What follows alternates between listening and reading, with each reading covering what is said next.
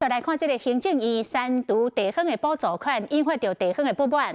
高雄市长陈其迈要求到民进党执政的县区，甲院长杜英泰来请命，希望行政院赶紧提出到追加预算。杜院长讲要追加预算，嘛爱地方政府甲立委拢来支持。另外，国民党籍的联工县长王忠明，伫个议会闭询，伊讲只要中央一年加予马祖15亿的补助款。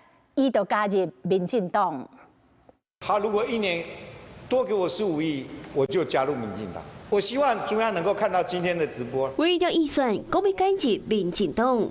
联工县长王忠明向行政院说明一般性补助款的重要性。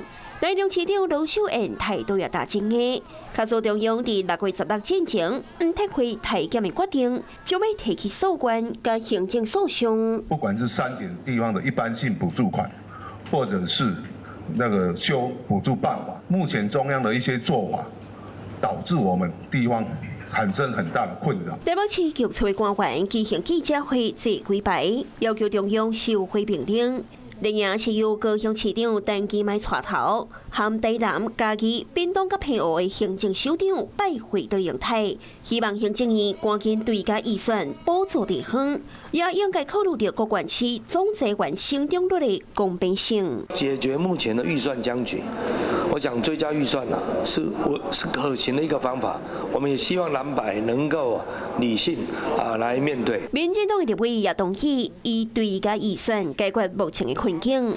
不过行政院回应讲，必须爱地方政府甲立委拢支持，才会当通过审查，搁再将决定权等候立法院。你先把地方补助款这个636亿收回成命吧，先把那个还给地方政府，再来讲追加预算。想要得到立法院的支持，就要先解决补助款的争议。针对预算的问题，中央甲地方也被瞧好势。